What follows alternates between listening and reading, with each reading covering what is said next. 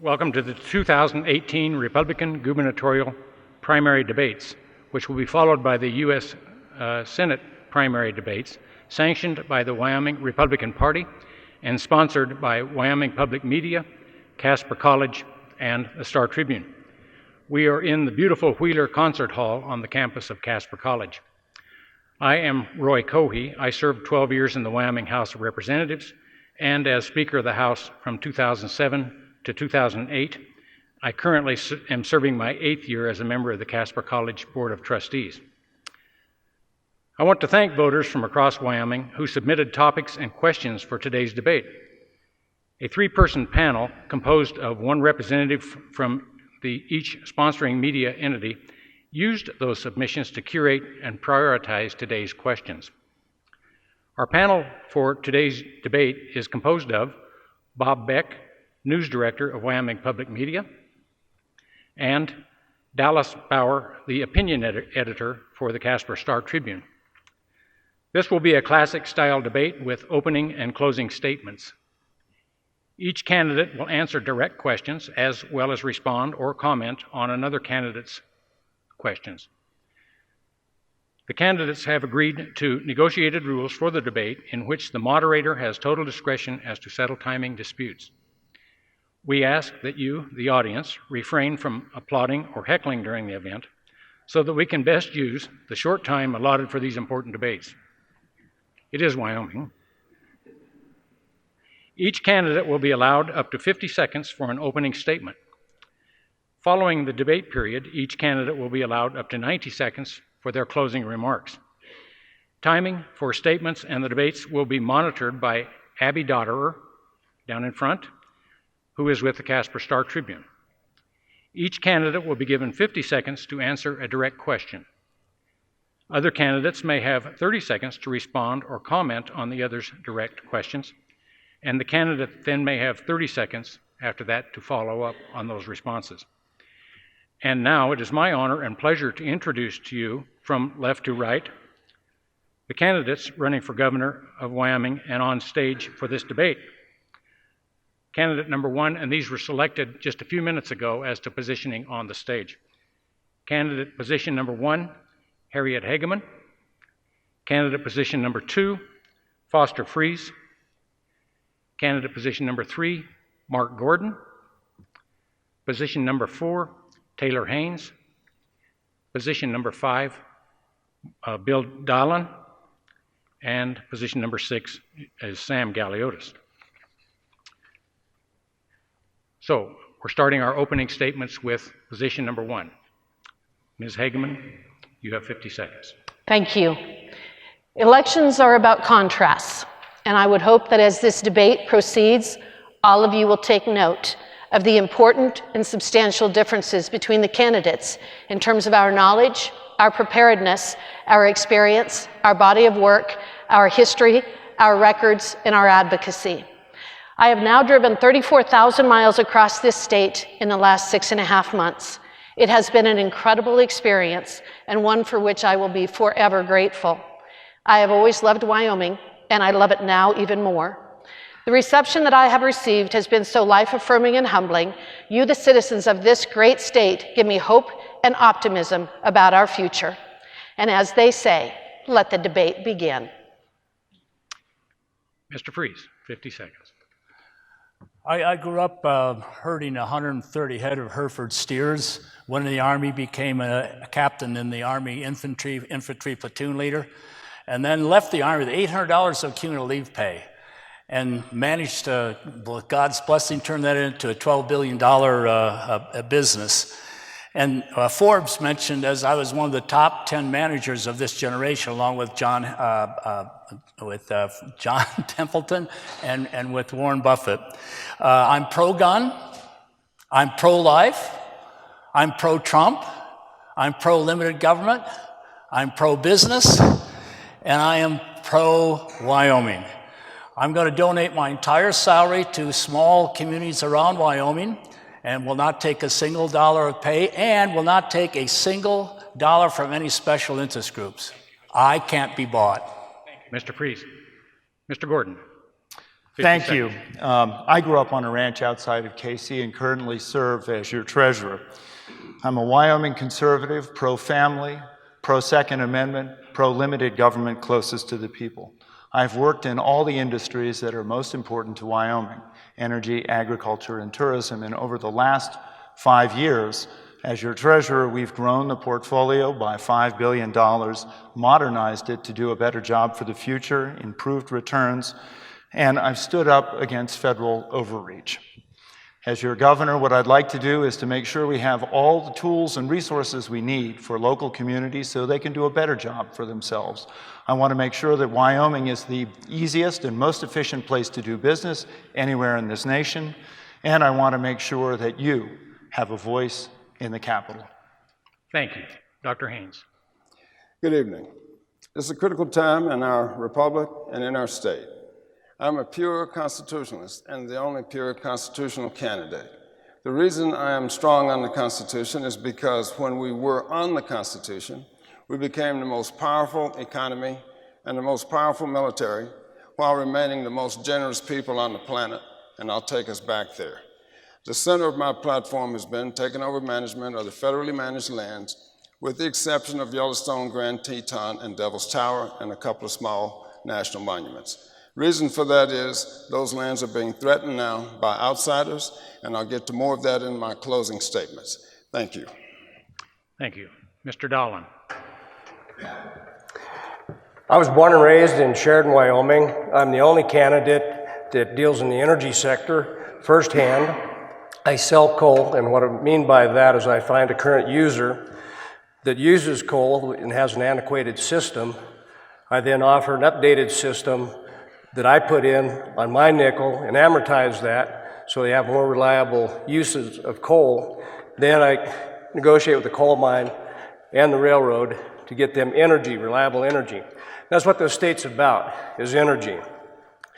I also deal in the rail sector and in transportation and logistics sector. I'm the only candidate with that background. Now, what that does is means we have to diversify our state. We have to look differently at things. And I'll offer some of those ideas later. Thank you. Thank you. Mr. Galeotos. Thousands of people in this unique, one-of-a-kind state share our commitment to strengthen Wyoming. People want their next governor to do exactly what I intend to do, and that is to improve your and your family's lives by keeping our taxes low, our quality of life high, and uniquely Wyoming. We all share similar concerns with the state: protecting our energy industry, reducing our state deficits, keeping taxes low and opposing new taxes, and strengthening Wyoming so that your kids and grandkids can find a job in Wyoming. It's very sad that most of our kids are forced to leave the state and look for jobs outside of Wyoming, separating them from their family and the state that they love. Talk about losing your heritage and culture. Vote Sam Galeotos to help me create new jobs right here in Wyoming so that we can keep our young people right here at home with us. Our first question goes to candidate number 6, Mr. Galeotos. Well, we thought we would start with a math question. A 3-person family with an income of $60,000 and a home valued at $200,000 pays roughly $3,050 in personal taxes and consumes roughly $28,570 in public services for a deficit of roughly $25,520. If Wyoming gains 10,000 such families in the next 4 years due to economic development efforts, the governmental operations budget deficit will increase by $250 million. What do you plan to do to address this problem? Well, I don't know that I entirely agree with all the math there, but I think our biggest priority is to create new jobs and new industries in this state so that we can deal with this problem in a real manner in the future. Right now, we lose our kids, as I just mentioned. They leave the state, and they're not here to help the state grow and prosper. That is the dynamic that needs to change, and we need to address that very quickly. Thank you. Mr. Dahlin, you have 30 seconds. people in the last year and a half that left this state. We, by far, are not threatened with an influx of people coming in that we have to worry about paying taxes, increased taxes. These families also buy goods and services, and the goods, in particular, cars, televisions, they all have tax bases too. So we do need to diversify our economy. We need to strengthen our position with jobs, and it makes a lot better state if we have a lot more jobs. Thank you. Dr. Haynes, 30 seconds. Thank you. I disagree with the math as well. It's an interesting setup. When I take over management of the lands that we should manage, Wyoming will realize an additional minimum of $1 billion a year to our coffers. This money will go into a state multiple use trust fund, about 2/3 into the investments, and we work on the earnings, and then the other 1/3 to the general fund. Our state is bathed in mineral wealth, and we'll use that to support our people. Thank you. Thank you. Mr. Gordon, 30 seconds. Well, I don't disagree with the math. I've looked at it, but I do think that there are ways that we can add value to our mineral position. We've done that in Gillette. We've looked at other places in Sheridan Ramaco mine, for example, as bringing really new technologies to carbon. So if we can ramp up on our existing industries, and then also being able to get the private sector moving and small businesses all through Wyoming also will help address that issue. That's what my platform is about. Thank you. Mr. Freeze, 30 seconds. The challenge of diversification is it brings a lot of expenses, as you pointed out. I think the smartest thing we can do is harness our strengths. What are those? Energy, tourism, agriculture. We have to build on what we have and realize we have weaknesses, not try to overcome them, but instead build on our strengths, and we don't have to add a lot of people. Thank you. Ms. Hageman? Yes, we need to make Wyoming the most business-friendly state in the nation. We need to get government out of the way, and we need to reduce the size and scope of the state government. I have repeatedly been told around the state that many of our small businesses, their largest competitor is the state of Wyoming. We need to unleash the private sector. You do not grow the economy by growing government, and we need to look at that value-added approach, looking at bringing in those industries and jobs that are upstream and downstream of our existing legacy industries of energy, tourism, and agriculture. Thank you. Mr. Galeotos, you have up to 30 seconds to respond. I would just like to add that the question's designed to spark a conversation about increasing taxes. And what I've said over and over again is the first thing that we need to do is control our state spending. It is not ethical to begin looking at raising any taxes until we can assure everybody here and in the audience that we have reduced our state spending and that we are efficient and effective in the services we provide Wyoming. Thank you. Thank you. Question number 2 goes to Mr. Dahlin. Wyoming has long seen its Medicaid costs go up. What would you do to reform Medicaid without hurting those in need? Medicaid is one of those costly insurance aspects that go up with the aging population. Preventative care is very important, that we look solid at preventative care, and then there's also telehealth for our rural communities. So it's very important that we look at those two issues to try to decrease costs for the Medicaid recipients.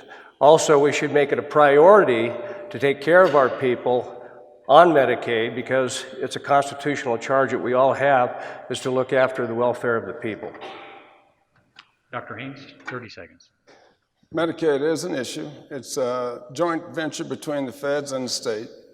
One great thing that could happen if we get a block grant, then we can tailor that block grant to our demographic much better than the feds do. The other thing we need to do is be sure that everyone on Medicaid is entitled to be on Medicaid. I want to increase jobs, increase training, so that many people that are on welfare will actually be able to get jobs with benefits. Thank you. Thank you. Mr. Gordon, 30 seconds.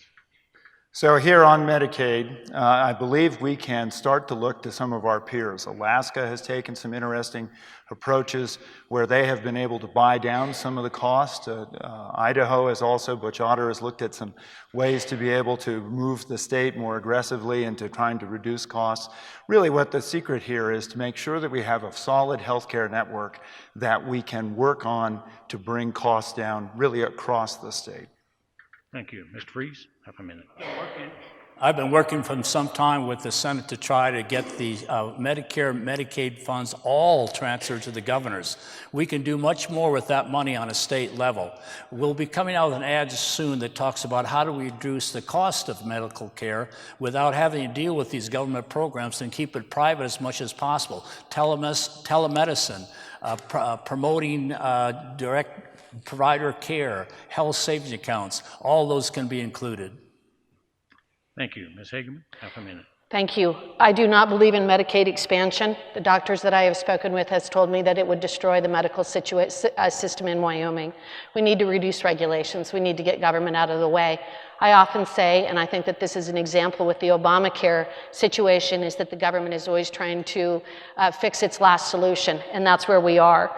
We need to work with doctors to create the kinds of plans that will work in Wyoming. We need waivers of Obamacare for private insurance. We need to bring in Medishare, and we also need to bring in companies that have been exempt from the Obamacare requirements and follow Idaho's lead.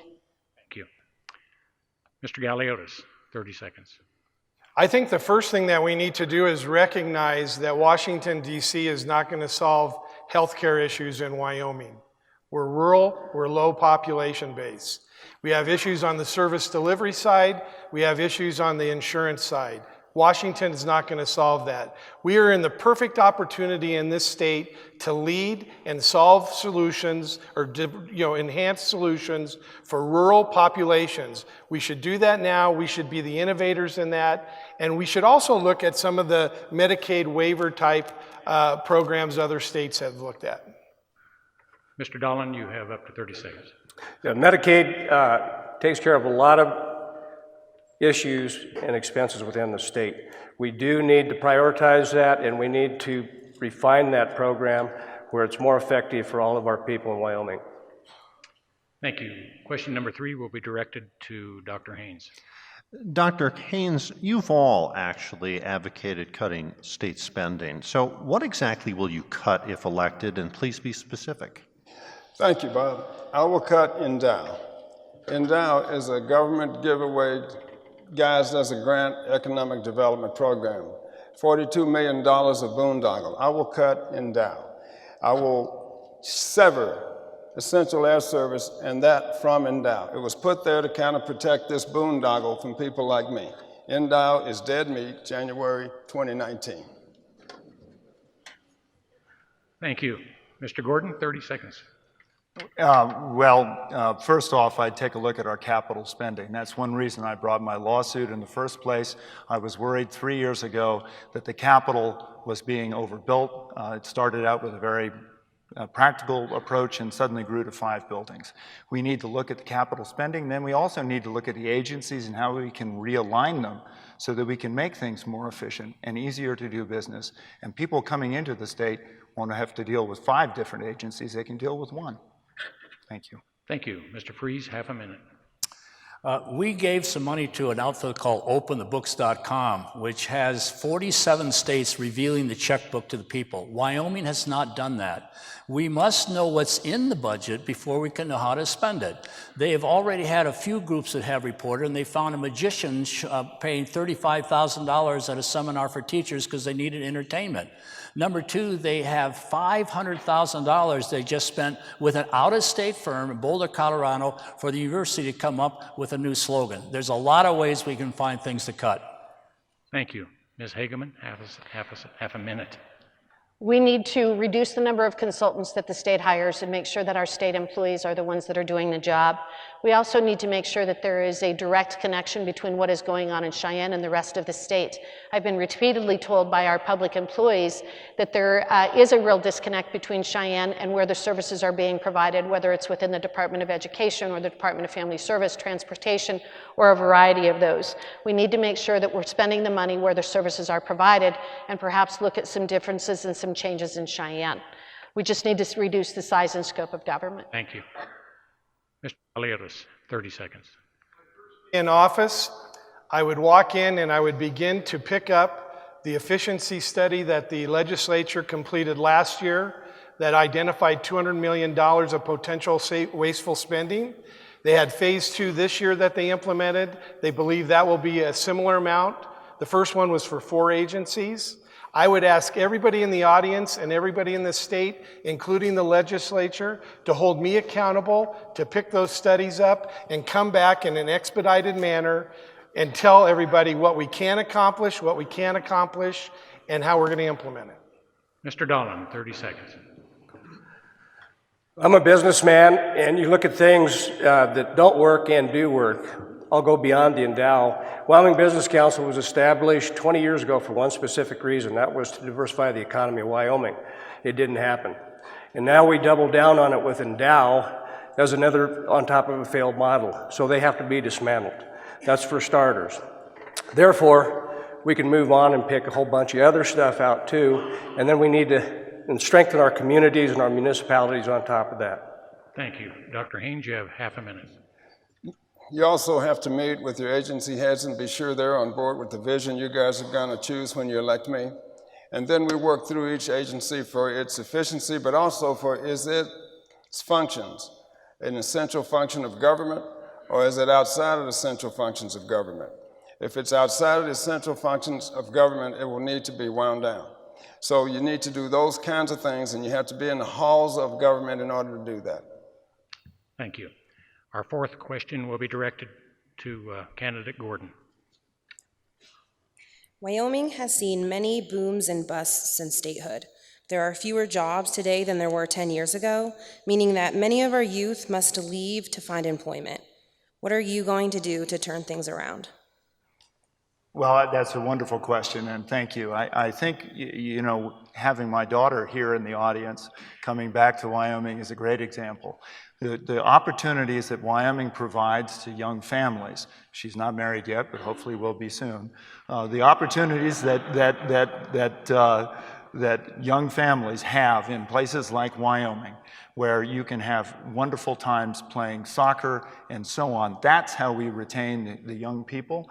The jobs that we have in the future are going to be more technical, and so we need to provide that kind of leadership and also that kind of skill set acquisition that this institution, for example, has been so good at giving. So people can, as they grow and as their jobs adapt, they have access to resources. Thank you. Mr. Freeze, 30 seconds. We need to keep exciting jobs here, and it's a point in time where this is about ready to happen. As you know, the internet is just waving around the world. We're a little bit behind. We must connect that last mile from the broadband pipe, the internet, to the homes. People then can work out of their home in Lander and Wheatland, and they can work with people in China, in Singapore, New York, San Francisco. That is one of the key things that we can do to bring big jobs back that are really high paying, and that's a huge opportunity. Thank you.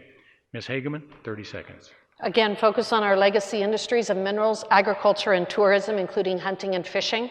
We need to pursue a value-added approach, looking at those industries that are complementary or symbiotic with those industries. We need to focus on technical education. We need real regulatory reform, both at the state and federal level. It is the government that gets in the way of creating jobs, but the government doesn't create jobs, the private industry does. We don't need to have the state competing with the private industry, and we need to have better cell phone coverage in the state of Wyoming. I know that from personal experience. Thank you. Mr. Galeotos, 30 seconds. We graduate 5,500 kids out of our high schools every year, and within a few short years, 60% of them vanquish from our state. That's not acceptable to me.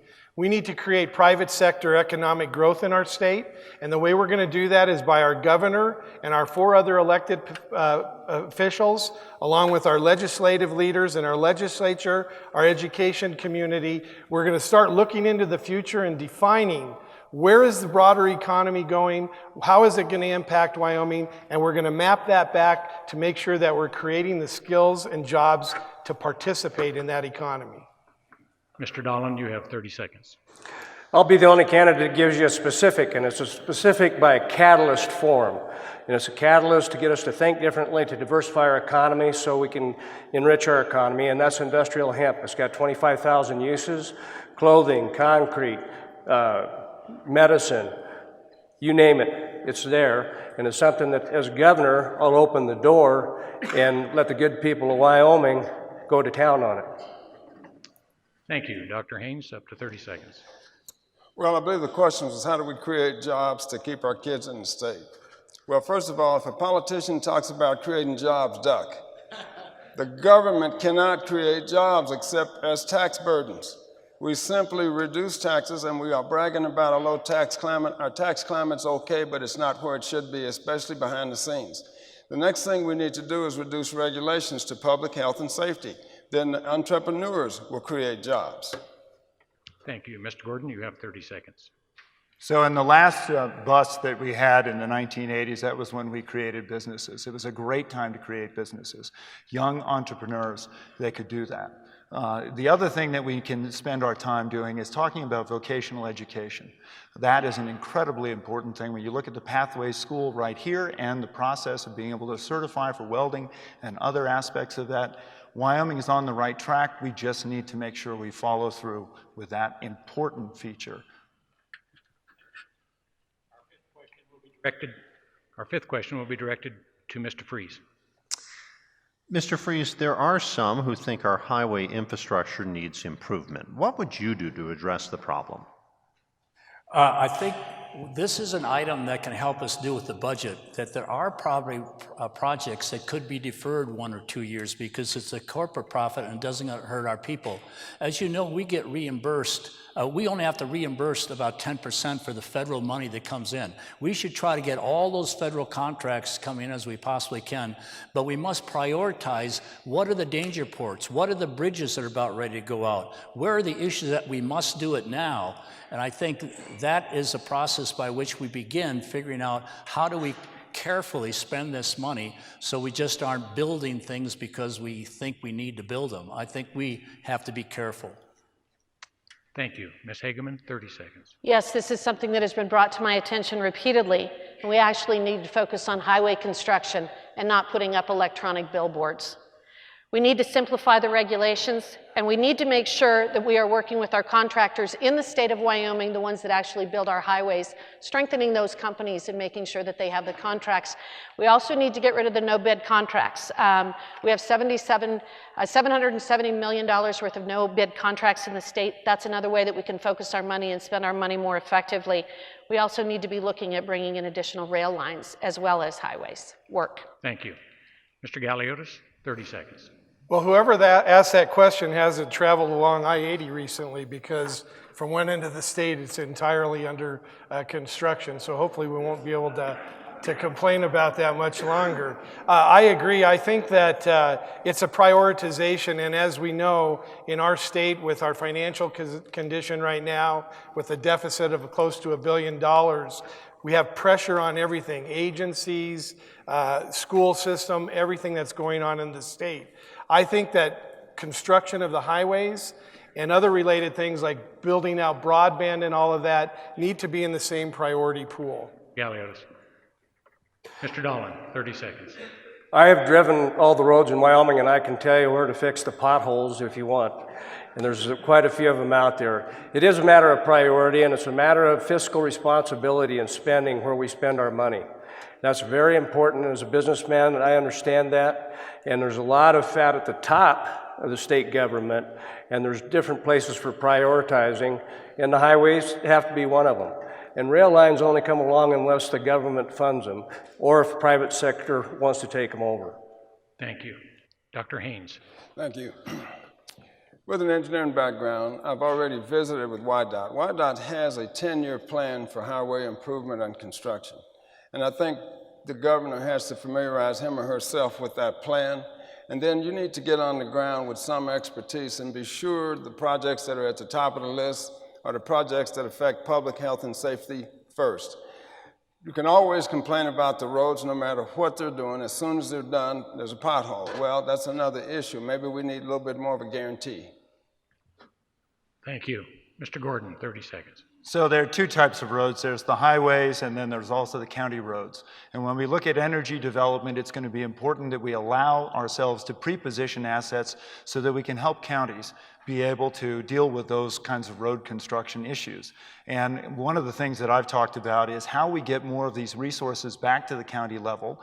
And in fact, how do we use the state's financial ability not taking earning capacity off the table, but our credit rating to be able to do a better job meeting the needs of our state. Thank you. Mr. Freeze, 30 seconds to respond. This is an important aspect in terms of infrastructure. And I believe what my teammates here have said is we have the opportunity to have a good highway system, but let's make sure we're careful about how we spend it. Let's take all the federal money we can and do concentrate, as Mr. Gordon here said, is the local roads are probably more important than the long-range roads. And I'm glad to be up here.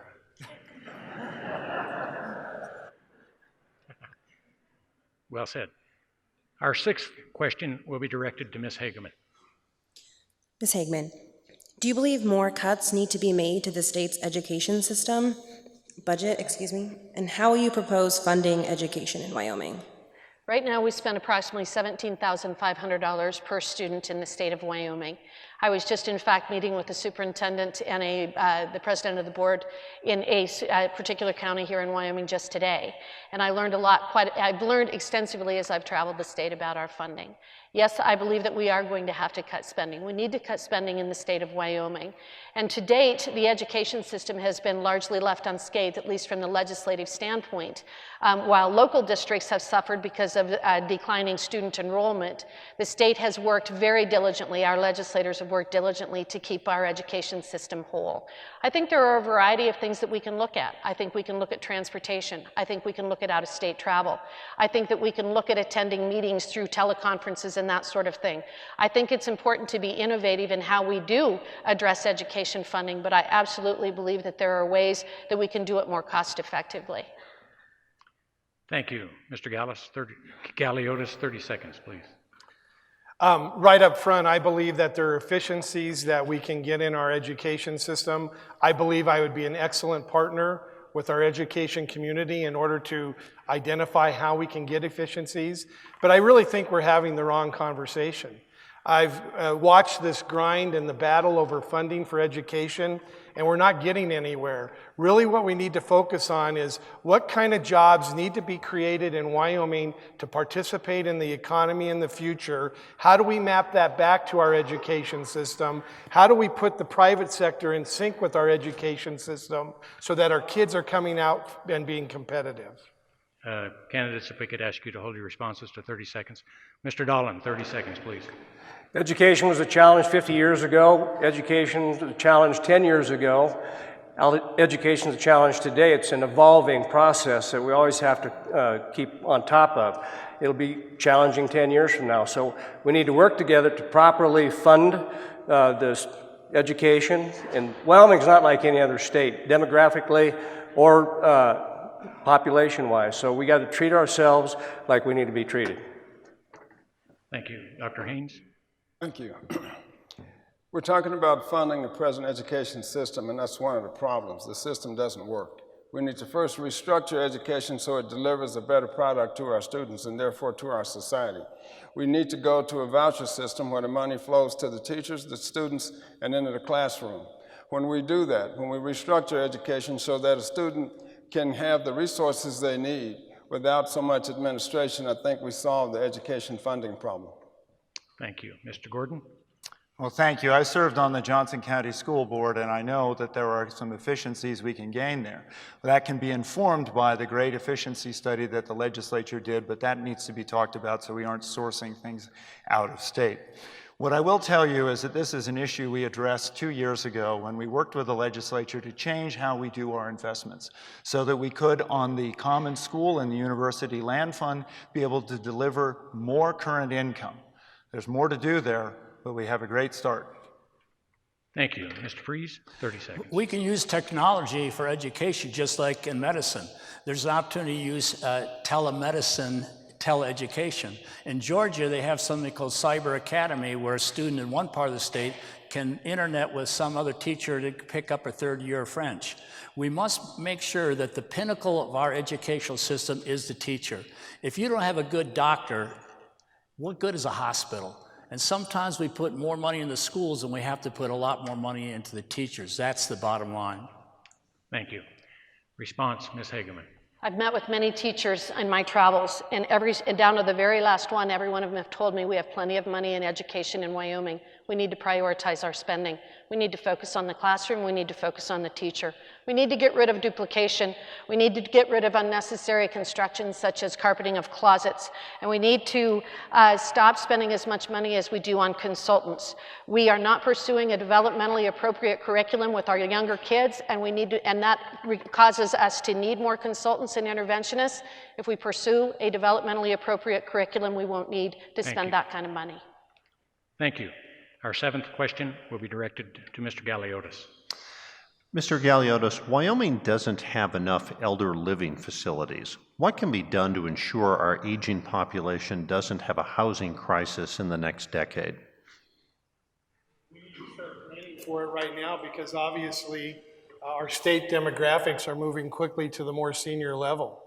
We need to be focused on trying to keep people in their homes longer with their families, rather than having to move out of their homes.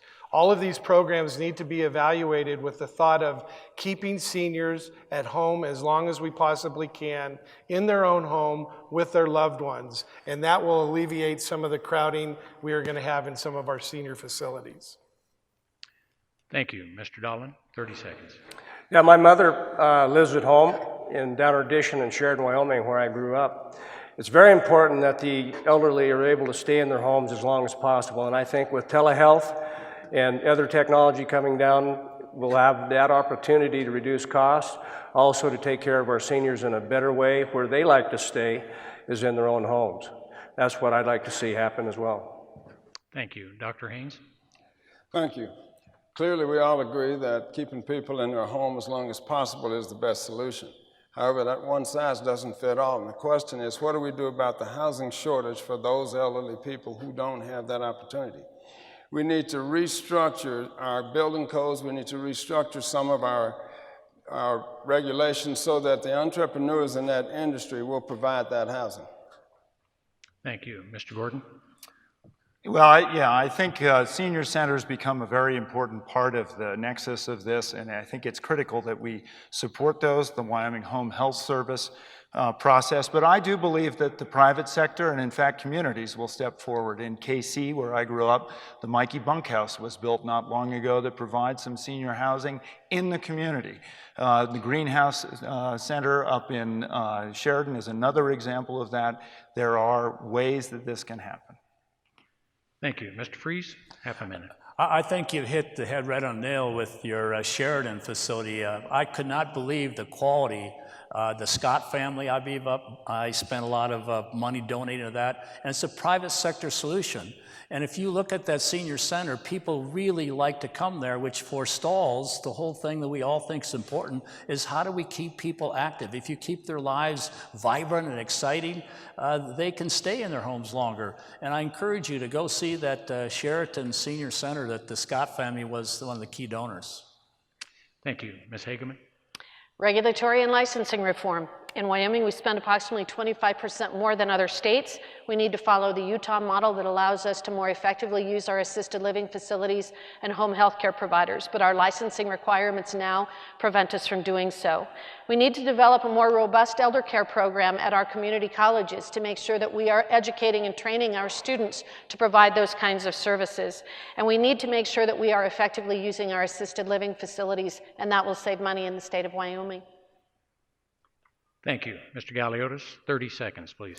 Yeah, just briefly, I would add on to, this goes back to the point earlier, we need to be embracing that we can drive our own healthcare solutions, senior care solutions, right here in this state. We have the perfect opportunity to do that, and we should be the ones that are innovating the solutions for rural senior care and healthcare, and that model can be used elsewhere. Thank you. Thank you. Our eighth question will be directed to Mr. Dahlin.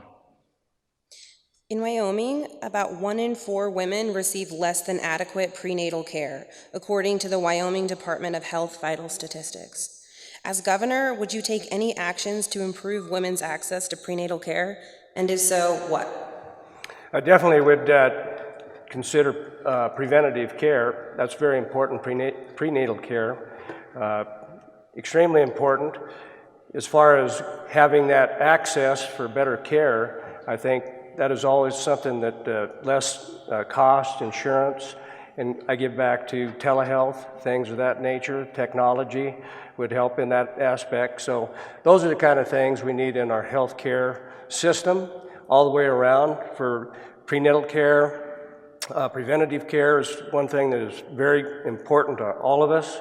And it's just like having a car insurance. If you drive right all the time, your insurance is less. And I think we need to focus those kind of things on our health insurance in this state as well. Thank you. Dr. Haynes, 30 seconds.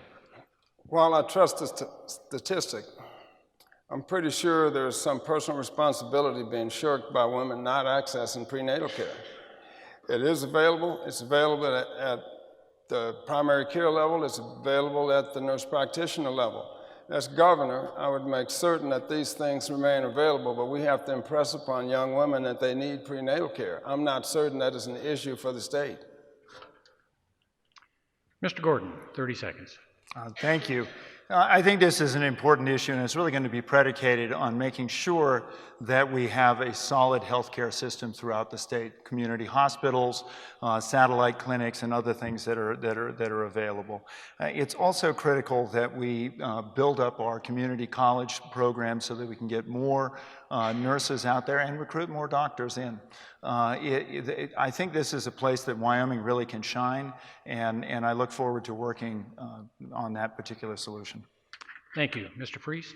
This gets back to the point again, how do we get those federal dollars into the state where the people who are running these little clinics and the hospitals, if they could get their hands on it, they could reduce government regulation, dramatically increase all the services that are available, including prenatal care and everything else.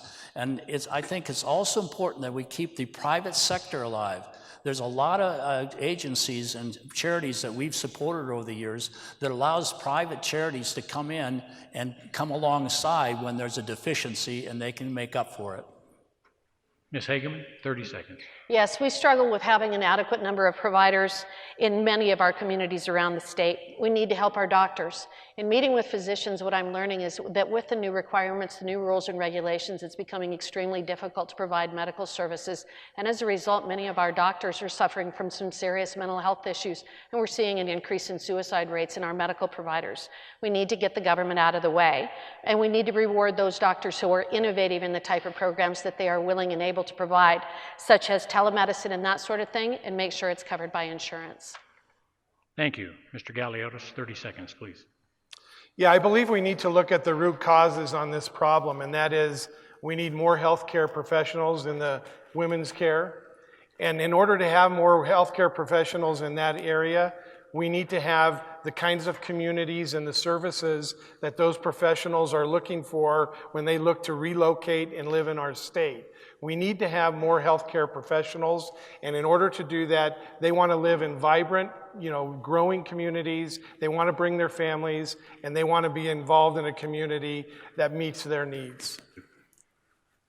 Mr. Dahlin, 30 seconds to respond. It's all about cost. It's all about funding when it comes down to all the issues that we talk about. And as far as keeping costs low, we could provide more care for our people of Wyoming and our prenatal care that we need to do. So it's very important that we look at technology for those issues. Our ninth question for the evening will be directed to Dr. Haynes. Dr. Haynes, dual language immersion is a form of education that's being used in 2 schools in Casper, along with some others around the state, in which students learn regular content such as math, science, and social studies in the second language versus learning the second language as a separate class. Do you support the expansion of dual language immersion in Wyoming schools, and do you see an expanded dual language immersion education as supporting Wyoming's goal of diversification? Excellent question. I think learning a foreign language and learning to matriculate in that language is what you're talking about, and that's very important, and I would support that. But I would also go back to say we need to restructure how we deliver education. I think just learning a language is okay, but when you're immersed in math and science and how these people live in that culture, I think that's a good thing, and I would support that. Thank you.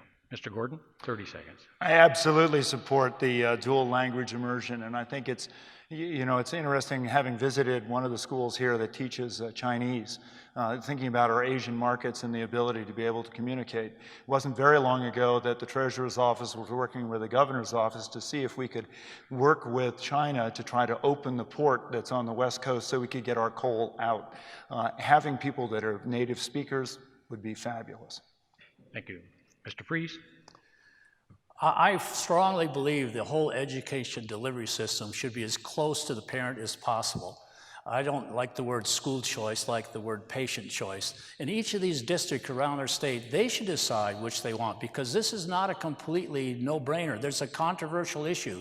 There have been situations where in the dual immersion, the other language, the kids start speaking just in their language and they don't pick up on the English. So I believe it's a good idea. The people that like it should have it. And if you're in a school district that doesn't want to do it, that should be your choice. Thank you. Ms. Hageman, half a minute. Yes, I believe that curriculum is something that should be set at the state level and the local issue, and that this is most likely a local issue that we should be looking at in terms of what is happening within our individual communities. At the same time, I believe that government should be accountable and effective. And so one of the primary questions that I have is how effective these schools have been and how accountable have they been. If they have been successful in terms of being able to provide a robust and good quality education to our students, then I absolutely believe that they ought to be continued and that we ought to be supporting this kind of education. But again, it's always going to come back to accountability and effectiveness for me. Thank you. Mr. Galeotos, 30 seconds. Yes, I believe, you know, different communities have different needs. For example, in Jackson, they're very aggressive in the dual immersion programs. I think it is a local school board issue. I think those boards need to meet the needs of their local communities. I would also point out, I think that needs to be weighed against a lot of other needs that we have in the school system, such as computer science and those types of things. So I think I leave that up to the local community, and they need to decide that. We believe in local control. Thank you. Mr. Dahlin, 30 seconds, please. My daughter speaks 5 languages. My son-in-law speaks 7. If I'm lucky, I can speak Pig Latin. I do believe it's a local decision for the local school districts to make up that decision. Dr. Haynes. Clearly, this is an elective deal. Basic language, our language, and then a foreign language of your choice. And if we're able to make that foreign language dual immersion, that's great. But that's an elective and it's a choice. I don't see much of a controversy there. In the global market that we exist in, I think it's imperative that our young people be able to matriculate in more than just English. So I would support that program wholeheartedly. Thank you. Our 10th question of the evening will be directed to Mr. Gordon. Mr. Gordon, what is your position on public lands? Do you feel they should be given to the state or continue to be managed under federal control, and why? Well, let me answer the first part of your question, and then we'll talk about the second part. The first part of the question is they should be left in public hands. Absolutely. I think the challenge of getting the Constitution and the Congress to change that would be a pretty overwhelming challenge. And I believe I'm a hunter, an outdoorsman, a fisherman. It's important we have public access. As far as federal control, I do believe that there are ways that we can bring more accountability locally. And I think we can start by getting the Bureau of Land Management and the Forest Service and the Fish and Wildlife Service out of Washington, out to the west, and then strengthen the state's position. And we can do that, again, by giving resources back to the counties so that the counties can do a better job of planning and push back under FLPMA. Thank you. Mr. Freeze, 30 seconds. It seems like people in Wyoming want to have the federal lands in their control, because when it's turned to the state, sometimes they don't allow campfires, they don't like overnight camping.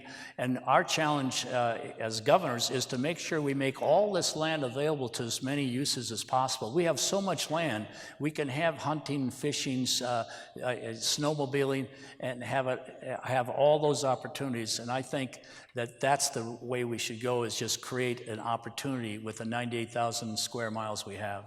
Thank you, sir. Ms. Hageman. The federal government owns 48.2% of the surface estate in Wyoming. It's right at 30 million acres. I have been proposing a pilot project in large part because the reality is, with the work I do as a water and natural resource attorney, I know firsthand that resource management out of DC has largely failed in many ways. We've had catastrophic forest fires, the pine beetle outbreak, and a lot of that has to do with management decisions that have been poorly constructed. I have policy positions that I have issued on this. I would request that you look at those, encourage you to look at those, because that describes my pilot project and what I want to do in terms of providing access and use to our citizens. Mr. Galeotos, 30 seconds. Yes, I'm not supportive of transferring the federal lands to the state of Wyoming. I don't believe the people of Wyoming are supportive of that, and it would not be something high on my priority list. I do support the concept of pushing management down more to the local level, and if there's opportunities to work with the administration in Washington to do that, where we can do that in a strict multi-use model, meeting everybody's needs, I would be supportive of that, but I'm not supportive of the transfer. Thank you. Mr. Dahlin. I think it'd be a big fight, no matter what anybody says. It'd take millions of dollars, and it would not have, it'd have a dubious outcome. It can be argued different ways as far as it goes constitutionally. So I would not support the transfer of federal lands to state possession. I would leave it the way it is. There's other things we can do in a more positive way. We can work together, all of us working together. There's nothing we can't accomplish. Thank you. Dr. Haynes, 30 seconds. Thank you. Clearly the base of my platform and candidacy. I have to correct your question. They're not federal lands. They belong to the state at the time we go from being a territory to a state. They're federally managed. And I 100% support taking them over, and I have everything on the books I need to do that. And if we don't do that, these lands are lost. You better look up Jason Chaffetz in H.R. 621. He proposed a bill to sell off these lands to people like Murdoch, people like George Soros. So we will lose these lands if we don't take them over. Thank you. Mr. Gordon, 30 seconds. So just quickly, under the Taylor Grazing Act, we already have a process that we can do with disposal for those little landlocked parcels, and I think we should continue with that. But I really want to talk about the things that are practically more important. For instance, can we come up with a common application for permit to drill so our oil and gas operators don't have to file 2 APDs, they can file 1 and expect to be able to get their well drilled quickly. Thank you. The next question, our 11th, will be directed to Mr. Freeze. Mr. Freeze, do you support efforts to make our tax structure more equal and fair? And what would your administration do to accomplish this? This assumes that it's not equal and fair right now. And how did the legislature create this unequal, unfair system? Where have they been?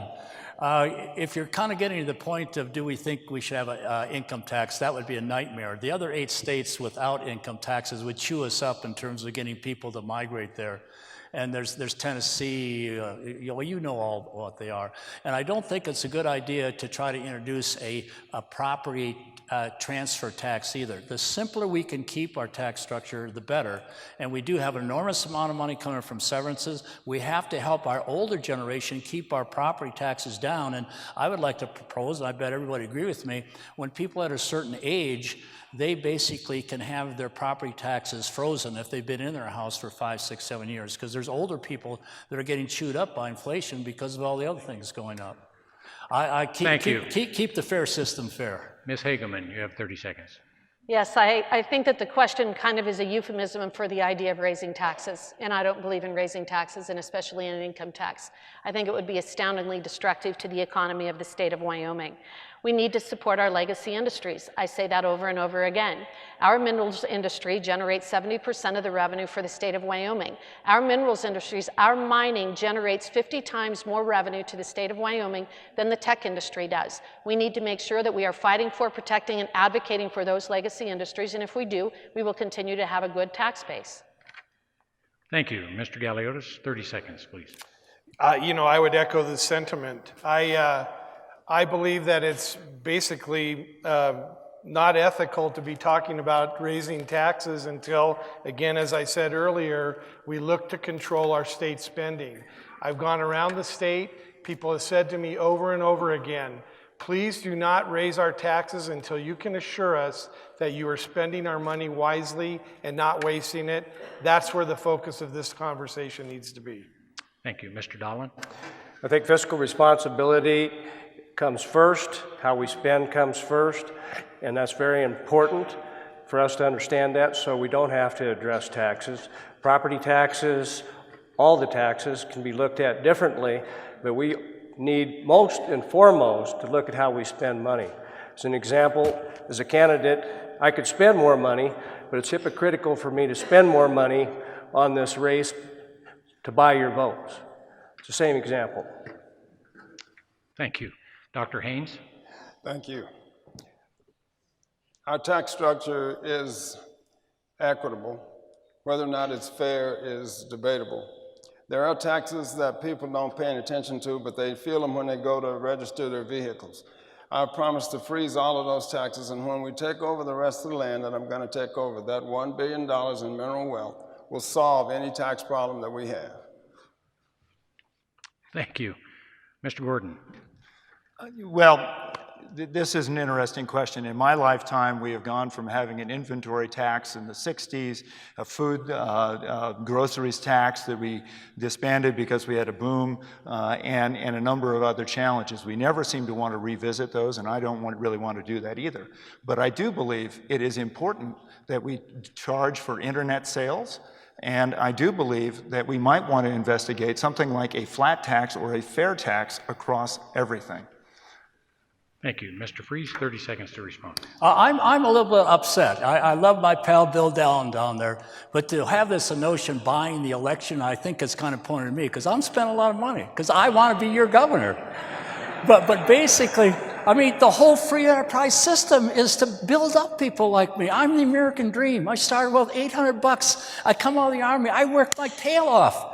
And I'm glad I'm successful. I'm glad I've got money. And here's a Republican agenda talking about denigrating the free enterprise system. And I'm upset, but I still love you. Thank you.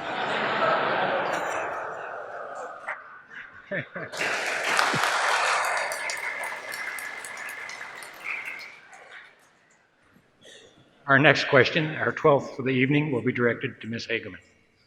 Ms. Hageman, will you support a woman's right to manage her own body without government interference? I'm not quite sure what that question means. If you're asking whether I'm pro-life, I am. I am pro-life, and I believe that I stated that from the beginning. Mr. Galeotos, 30 seconds.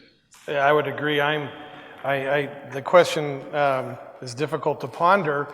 I'm pro-life from conception to death, and I think that when there's conception, there's now 2 lives, and that needs to be considered. Thank you. Mr. Dahlin, 30 seconds. I agree. I don't think you'll find any disagreement up here. I'd be surprised if you did. I'm pro-life, and I feel the same way. Being pro-life without exception and without question. The question is okay. Yeah, a woman has a right to manage her body, but she has no right to take the life of the little body she's carrying.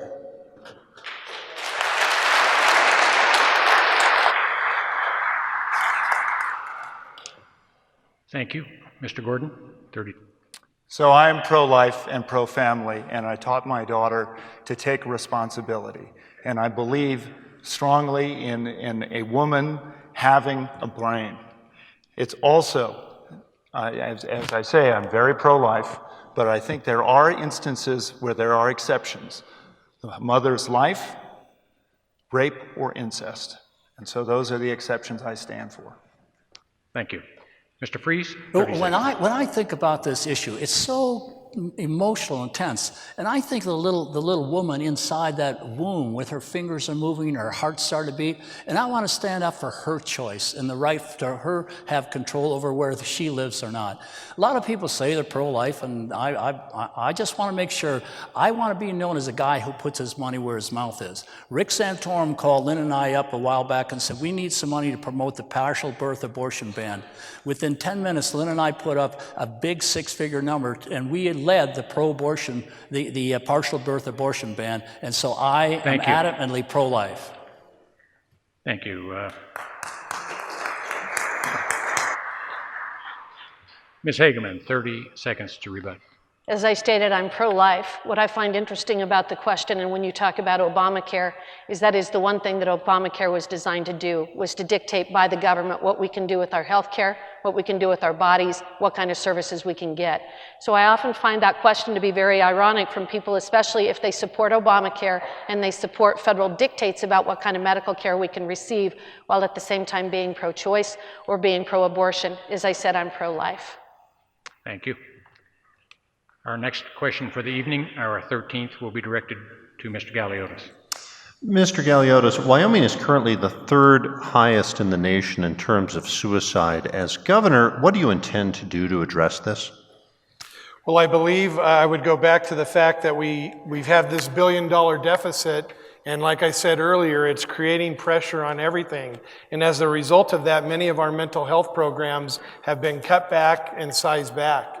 I think it's a priority to look at our budget, and that would be a priority. Mental health is a very serious issue in this state, as it is elsewhere, and we need to make sure that we put the programs and the funding back in place to deal with problems right up front and to consult and help people solve the issues that they're having.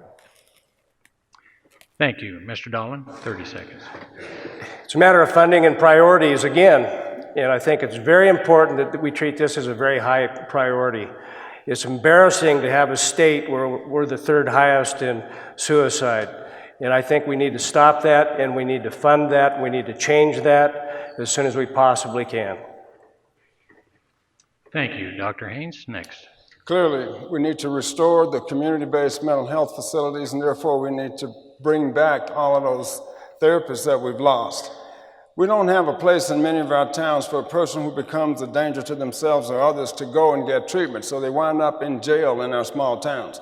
Imagine being depressed and frightened and scared, so we put you in jail. That contributes to our suicide rate. So we have to restore the community-based mental health programs. Thank you. Mr. Gordon? So I agree. It is absolutely imperative that we put those community services back in place. I've served on the board of two of those organizations, the Northern Wyoming Mental Health Center and Volunteers of America. There are never enough resources, so we need to get WAMSAC, the Wyoming Association of Mental Health Providers, together and say, how do we address this solution? Are there advantages to telemedicine, or do we need to go about recruiting more therapists and set those resources as we need to? Thank you. Mr. Freeze, 30 seconds. Here's your silver bullet. Rachel'sChallenge.org. Go on the website tonight. You can see a 5-minute video. Rachel Scott was the first Columbine victim. And her father took that tragedy and has now gone to 20,000 schools. They avert 3 suicides a week, 500 suicides averted in the last 3 years. They averted 7 school shootings. Rachel'sChallenge.org doesn't tell what they can't do. Don't bully, don't use drugs. They tell them what you can do. Create a chain reaction of kindness. Thank you. Ms. Hageman, 30 seconds. I have talked about mental health issues extensively while on the campaign trail, and we need to treat our mental health issues like we treat our medical conditions, because that in fact is what they are. Our families are struggling, and we need to, I intend to convene a mental health summit when I am governor, bringing in providers, counselors, family members, people who are afflicted with mental health issues, and try to come up with some real solutions, real practical solutions that can be implemented in the state of Wyoming, including telecounseling and that sort of thing. We also need to provide insurance for mental health. Thank you. Mr. Galeotos, you have 30 seconds to respond. Yeah, as I stated earlier, the reinstituting the funding in the advanced programs, but we also need to be looking beyond that into the facilities and the shortage of facilities and more widespread facilities within the state, so that we not only have the preventative programs up front, but those that need to continue on, that we have facilities to support them and the care to support them. Thank you. Our next question of the evening, our number 14th, will be directed to Mr. Dahlin. Is it the government's job to promote broadband expansion in Wyoming, especially in unserved and underserved communities? And what could the public expect from your administration on this front? Broadband is an infrastructure, much like our bridges, roads that we have out here. I do believe it's something the state should participate in as far as infrastructure goes. I do not believe that we should create an entirely different government entity like Endow to oversee it. We can do that internally without creating another department. But yes, I think we should be involved in getting our communications, particularly when it comes down to telehealth and issues like that for the future, and that technology is coming. Thank you. Dr. Haynes. Thank you. Broadband is a part of infrastructure now. It's a part of the economy, and the state has some responsibility there. The challenge is this: how much does the state do, and then when do the private entrepreneurs pick it up? There are new technologies coming on stream which may alleviate the need of so much fiber. So in my administration, we're going to look at all of these things and then come down on the side of the people. Thank you. Mr. Gordon. So the state already has a pretty robust infrastructure in place, but we don't have the hubbing infrastructure that can allow the private sector to be able to take advantage of that. So one of the things we need to do is to reduce regulations and allow for the private sector to step up. If you look at organizations like, or companies like Range Telephones, TCT West, and others, you can see that there is a vital sector and an ability to meet some of the needs. Thank you. Mr. Freeze. The secret is that last mile. We've got a lot of pipe out there, but how do we connect up the house from here to there? And you can say, okay, let's have a government grant to make that happen. But the problem is you do that, then the private company benefits from that grant, and then they bring in all the revenues, and somehow it's like they're getting put in for free. So I want to make sure as we build that broadband, we have a decent relationship between the private sector and the companies that's putting it in. Thank you. Ms. Hageman. Yes, I would be looking to a public-private partnership on this particular issue. And I would also look to the REA model that was so successful in providing electricity to our rural communities. I believe that broadband is critically important to the future of Wyoming. We need to make sure that our communities have access to that resource. But again, I'm going to repeat what I said earlier. After spending the time I have traveling this state, we need to provide better cell phone coverage as well. Thank you. Mr. Galeotos, 30 seconds, please. Broadband is absolutely imperative for our state to solve healthcare problems, education problems, all sorts of problems that we have in this state. I worked a career in the global travel technology industry. In the 90s and in the 80s, we were taking care of the last mile in remote countries around the world. It is not that complicated. We can solve it in Wyoming. We can solve it quickly. And there's no excuse that we don't get this resolved as a #1 priority. Thank you. Mr. Dahlin, 30 seconds to respond. It is a high priority, and like I said before, it's something that we do need to have for an infrastructure, and it's something that we need to go to work on together with the private sector and with the state and the local communities. Thank you.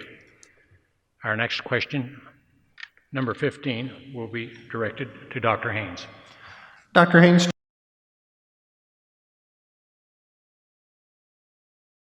Do not support putting general fund money into game and fish because it's allowed the organization to grow beyond being game and fish.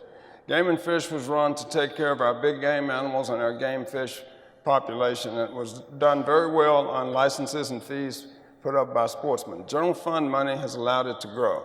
So I would prefer to back away from that. Thank you. Mr. Gordon, 30 seconds. So this goes back to the constitutional amendment that I worked with the legislature to get passed a couple of years ago, which we called Constitutional Amendment A, which provided an opportunity in the non-permanent funds to be able to build an endowment. We have in fact put the Game and Fish Trust Fund in that endowment, and it's time we got it off the ground and started making it earn more money. So no, I guess. I think we can do it with the endowment model. Thank you. Mr. Freeze, 30 seconds. Everybody ready? No.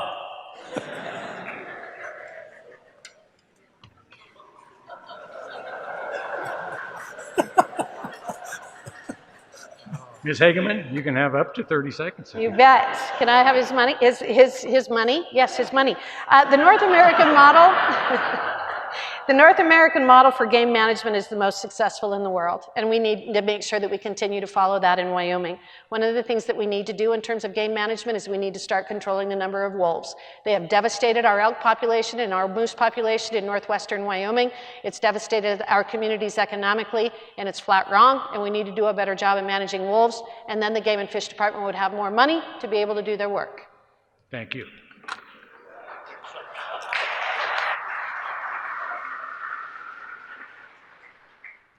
Mr. Galeotos, 30 seconds. I stick with the consensus, no.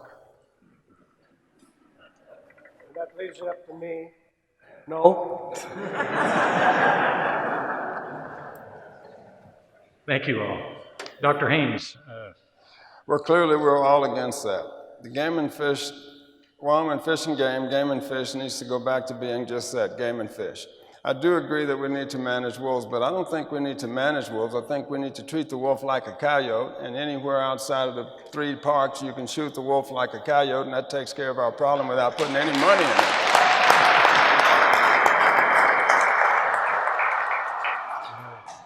Thank you. Our next question for the evening, our 16th, will be directed to Mr. Gordon. According to a study by AARP, employees 65 and older now outnumber teenagers for the first time in our country since 1948. What steps would you take to adapt new ways of working for an intergenerational workplace and take advantage of the expertise and experience of older workers? Thank you. Sweet 16. We're 16 questions in. This is a good question, and it's something that is critical to my platform. What we need to do is we need to make sure that the community colleges and other opportunities exist for seniors to be retrained and re-enter the workforce. And I say retrained, it's actually re-educate, find new jobs, and have the opportunities that they can continue to be very productive. We've seen this in Germany, we've seen this elsewhere, and I, as a governor, would make sure that we have a place. I gave the commencement address at both Sheridan and Gillette colleges last year, and I have to say the mix of ages across the spectrum of graduates was remarkable. I think Wyoming is well on its way, and I just think we need to double down and make sure that we have more opportunities. Thank you. Mr. Freeze, 30 seconds. Well, because all my aunts and uncles made to 95 and 100, I think the elderly age should be shifted to 90. Simple as that. Thank you. Ms. Hageman. We do need to look to our community colleges in terms of providing these services and addressing this particular issue. I like the industry and the community college programs that we've seen around the state, such as with the Trona industry and Western Wyoming Community College, or in Cheyenne, working between LCCC and Microsoft. I think that those are programs that can be expanded to address this particular issue. And I also think that we need to strengthen our CTEC programs, our career and technical education programs, in terms of providing the necessary training for these employees. Thank you. Mr. Galeotos. It's difficult to hear over here. Can you repeat the question? According to a study by AARP, employees 65 and older now outnumber teenagers for the first time in our country since 1948. What steps would you take to adapt new ways of working for an intergenerational workplace and take advantage of the expertise and experience of older workers? Well, I'll be one of them very soon. You know, I agree. We need to look holistically at our education system, both at the university and throughout our community colleges. We need to make sure that we're really focused on what type of economy we're headed towards, what are the type of jobs that are going to be created, and how do we make sure that we have the programs that are going to help people get the skills to continue in employment and continue to be competitive and able to earn a good living in this state as they become more senior. Thank you. Mr. Dahlin, 30 seconds. Our available workforce in the state of Wyoming has been on a steady decline over the last year. That's people leaving the state looking for opportunities. It's imperative that we create opportunity for the aging population in order to fill jobs that we have on Main Street and other jobs that we have. It's very important that we find a place for them. If it takes education, if it takes different forms to do that, I'm in favor of that. Thank you. Dr. Haynes. Clearly, we drift into the government creating opportunities. Be careful with that. Many of the elderly people don't work because of our antiquated Social Security laws, and they get penalized one way or the other if they do work. We need to work to get those changed so they can use the skills they have. Community colleges and the University of Wyoming already have programs for what we call non-traditional students. And so they can avail themselves of those programs now, but we need to make it possible for them to work without being penalized. Mr. Gordon, 30 seconds to respond. So following up on that, which I think is a very good point, is the fact that there are tremendous opportunities for mentoring. And in the modern workplace, we need to provide lots of opportunities for people to go to work and be able to train the next generation coming on and allow certification and other aspects of that. Having worked in ag all my life, this is something that I guess is standard on a ranch. So comes natural. So Thank you. Our next question will be the 17th of the evening. It looks like it's going to be our last. Okay, that is the end of the question period. It is that concludes the direct questions. We will now go to the closing statements, and our first closing statement will be for Mr. Galeotos. Thank you. Well, our state is facing some very significant challenges right now. Chief among them is a $1 billion deficit in our budgetary state budget. I welcome the opportunity to solve this problem and have the proven experience and real-world experience to fix that problem and get us on the proper course. My priorities are very straightforward. We need to quickly attack the challenges that are hampering our energy industry in this state. We need to drive economic growth through our private sector, creating an environment where our private sector can grow and thrive. And lastly, we need to be looking towards creating that environment so that we can create good paying jobs right here in Wyoming. And this will be absolutely critical to keeping our young people here. As I mentioned earlier, we graduate 5,500 kids a year out of our high schools. Roughly 60% of those kids are forced to leave the state for employment. That is not acceptable to me. We need to make sure that we are creating an environment for our young kids so that they can pursue the careers that they want to pursue right here at home, right here in Wyoming. I have a lifetime of creating jobs in all of the capacities I've ever worked in. I look forward to tackling that challenge for our state and for our people, and I look forward to continuing the dialogue with all of you during the rest of this campaign. I would ask for your support and vote in the primary election. Thank you. Thank you. Mr. Dahlin, 90 seconds. I'm the only candidate that has direct experience in the energy sector, transportation sector, and logistics sector, which are key components to the state of Wyoming's economy. Understanding that, I also know that coal for the next 30 years possibly may be flat, 300 to 400 million tons, where it was up to 600 million tons. Unless there's an anomaly, it's going to stay in that area. So we have to look at things differently. And I brought up hemp as a catalyst, just a catalyst to think differently. The only one up here that brings up specifics, and also on our fiscal responsibility, our spending. It's at the top level. The top level is where we need to look to cut spending. We do both those things. We diversify our economy and we look at our fiscal spending. We can strengthen our economy, and all of us together, working together, can enjoy a much brighter future for this state, which we have, in my opinion. I look forward to your support. You can vote anytime. And you can vote, the latest you can vote is August 21st, by the way, and I think you'll hear that from all of us. So I appreciate your support. Thank you. Dr. Haynes, 90 seconds. Thank you. Thank you for being here, and thank you for being so attentive to all of us.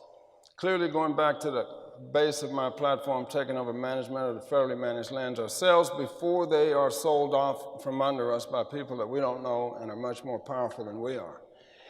That $1 billion that I put out there is a minimum. There's a lot more money there, but it's hard to tease out of the budget. It's hard to tease out of our income statements, but it's there. Now, we talked about education. We talked about healthcare. We need the money to do those things, but we need to be free. The way you stimulate business is reduce regulations. I'm going to turn the DEQ into a consulting agency rather than a regulatory agency only. When a producer, whether it's agricultural or industrial, has a problem, we're going to go out and evaluate the problem between the state lab system, the community college system, and the University of Wyoming. We're going to solve that problem, and the producer will continue to produce the resource. That's how you get it done. Now, education. A child should finish his or her prep education by the time they finish their sophomore year in high school, and then if they want to go to university, we're going to have a vigorous university track, but then we're going to offer all of the trades on the industrial side, including information technology, and we're going to have the same programs that Apple, Microsoft, Google, etc. have for their engineers. We're going to train our kids to the highest level. Vote for me, and I'll set you free.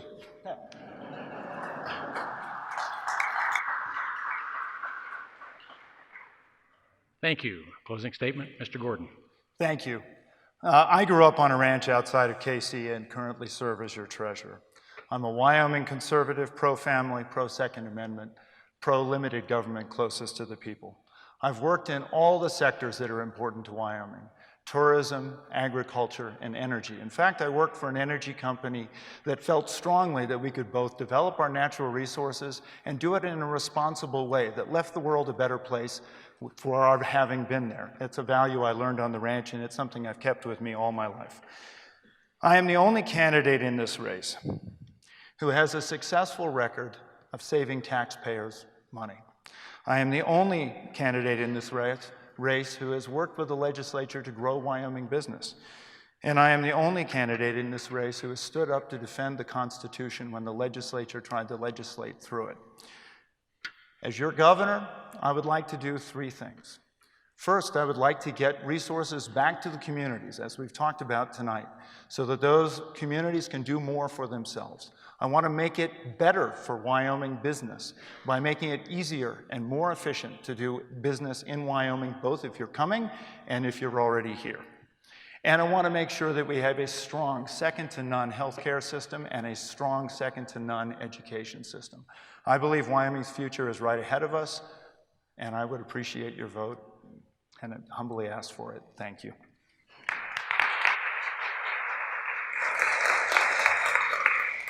Thank you. Mr. Priest, closing statement.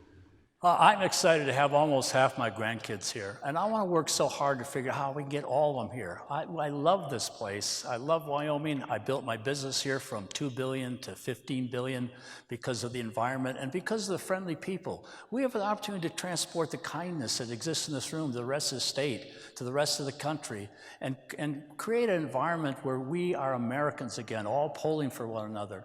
When I was managing money, I had a drawer and I pulled out, and there was a picture of my football coach and my piano teacher, and I cared about the people for whom I invested. And I'm going to care about you, and I just want to make sure that that comes across, is that we have our lives now all in front of us. Lynn and I have no more children to raise. They're off on their own with the grandchildren. I have no business to manage. They're all sold. I don't have a single calf to brand. And so I'm available. And I'm not taking a single penny from any special interest groups, and I'm giving my salary away. Now, why that's important to you is I can't be bought. And I'm very grateful for the opportunity that you would listen to me, and I'm also grateful to have the honor to stand with my fellow candidates for whom I have great respect. And when August 21st comes along, or earlier, I would be so excited if you'd vote for me.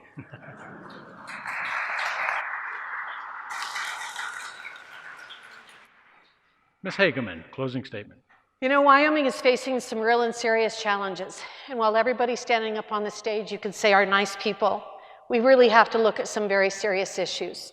None of these challenges that we're talking about are going to be resolved by slick TV ads or yet another mailer in our mailbox. And we need someone with real and intimate knowledge of Wyoming, our history, legacy industries, legislative process in our communities. We need someone with a knowledge about our water and our natural resources. This campaign has shown that there are some real differences among the candidates standing up here. And in fact, we have a part-time Jackson jet setter who vowed from the beginning that he was going to spend whatever it takes to buy this race, whether it's $2, $3, or $4 million. But if he is successful at doing that, we will never again have a true grassroots Wyoming elected to high office in this state. That would be a real tragedy. And while we need to make sure that Wyoming is open for business, we also need to make clear that Wyoming is not for sale. A second candidate has never adequately explained why he gave money to Democrats John Kerry and John Edwards while they were running against George W. Bush and our own Dick Cheney. And we have a third candidate who advocates for a new model of doing business in Wyoming that undermines our fossil fuel industries on the one hand while taking money on the other. In contrast, I have run a true grassroots campaign. I have learned over the last 6 months what is important to the citizens of Wyoming. And if you elect me, you will get a governor who personally works to solve your problems, a governor who has a record and history of making the tough decisions and doing them well. Thank you.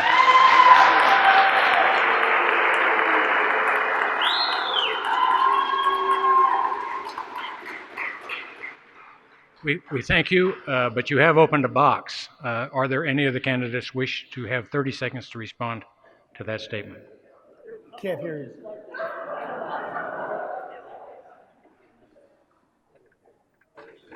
Mr. Coey. Thank you. Just to set the record straight, there's no one on this stage who has given more money to Republican causes or conservative causes in this state than me. Let me just kind of go through the litany. Wyoming Republican Party, Congressman Lummis, Congressman Cheney, Senator Thomas, Senator Barrasso, Senator Simpson, Senator Wallop. You can just walk through this whole thing. Every Republican party in every county I have given money to. I did give 2 donations because I was fed up with what the Bush administration was doing to our deficit. Thank you. Are there any other candidates wish to respond? Good job. We do have a commercial announcement. We're going to take a short break following this session to set up for the Wyoming Republican candidates debate for the United States Senate. But audience, I do personally, and I know everybody here does, we appreciate your attending this debate. We hope that it has been helpful to you in making decisions about your vote for the next governor of Wyoming. I join Wyoming Public Media, Casper College, and the Casper Star-Tribune in thanking these candidates for running for public office and participating in this 2018 Republican gubernatorial primary debates. I think it's been excellent. If you could let them know, I'd appreciate that.